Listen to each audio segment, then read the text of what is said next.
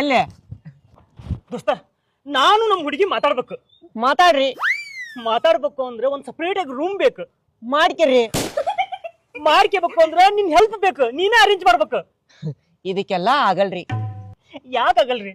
ನೀವಿಬ್ರು ಪರ್ಸನಲ್ ಮಾತಾಡೋದಕ್ಕ ನಾ ಯಾಕೆ ರೂಮ್ ಮಾಡ್ಬೇಕ್ರಿ? ಆಗಲ್ರಿ. ನೀನ್ ತಪ್ಪು ತಿಳ್ಕೊಬೇಡಿ, ನಮ್ಮಿಬ್ರದ್ದು ಎಂಗೇಜ್ಮೆಂಟ್ ಆಗೈತಿ. ಎಂಗೇಜ್ಮೆಂಟ್ ಯಾರು ಮಾಡ್ಯಾರ್ರಿ? ನಮ್ ಮನ್ಯಾಗ.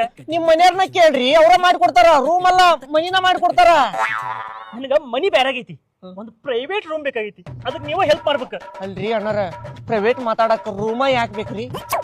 ಹೊರಗ್ ಮಾತಾಡ್ಬೋದಲ್ರಿ, ಪಾರ್ಕ್ನ್ಯಾಗ ಮಾತಾಡ್ಬೋದಲ್ರಿ, ಇಲ್ಲಿ ಬಂದ್ ಕುಂತ ಮಾತಾಡ್ಬೋದಲ್ರಿ, ಎಲ್ಲರ ನಿಮ್ ಮನ್ಯಾಗ ಕುಂತ ಮಾತಾಡ್ಬೋದಲ್ರಿ, ಫೋನ್ಯಾಗ ಮಾತಾಡ್ಬೋದಲ್ರಿ.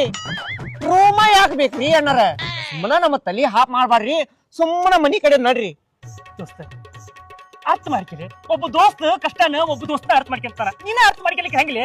ನಾ ಎಲ್ಲಾರ್ದು ಅರ್ಥ ಮಾಡ್ಕೊಂಡ್ ಅರ್ಧ ಕೂಲ್ ಹೋಗ್ಯವಣ್ಣ. ತಲಿ ಹಾಪ್ ಮಾಡ್ಬೇಡ. ಮುಂಜಾನಿಂದ ನಂದ ಹರಿದ್ 12 ಆಗೈತಿ. ಸುಮ್ಮನೆ ನಡೆದ್ ಬಿಡ್ರಿ ಪ್ಲೀಸ್ ದೋಸ್ತ. ಇದು ನಿನ್ ಕೈಯಲ್ಲೇ ಕಾಲು ಅಂತ ತಿಳ್ಕೊಂತಾನಿ. ಪ್ಲೀಸ್ ಇವತ್ತೊಂದರಿಂದ ಹೆಲ್ಪ್ ಆಗ್ಲಿ ನನಗ. ಅಣ್ಣಾರ, ಇದು ನನ್ನ ಕೈ ಐತ್ರಿ, ನಿಮ್ ಹುಡುಗಿ ಕೈ ಅಲ್ಲ. ಸುಮ್ಮನೆ ಹಿಚಿಗ್ ಬೇಡ್ರಿ, ನೋವಾಕತಿ. ದೋಸ್ತ ಎಲ್ಲಾ ಟೈಮ್ನಾಗ ಹೆಲ್ಪ್ ಮಾಡಿ. ಇಂತ ಹೊತ್ತಿಗೆ ಏನಾಗಿತ್ತು ನಿನಗ? ಬಾಳ ಎಮರ್ಜೆನ್ಸಿ ಐತಿ, ಅರ್ಥ ಮಾಡ್ಕೊಳ್ಳಿ. ದೋಸ್ತ, ನಿನ್ನೆ ನೀ ನನಗೆ ಏನ್ ಮಾಡಿದ್ದೆ ಅನ್ನೋದು ಒಂದ್ ಸ್ವಲ್ಪ ನೆನಪು ಮಾಡಿಕ. ನಾ ಏನ್ ಮಾಡಿದ್ದೆ?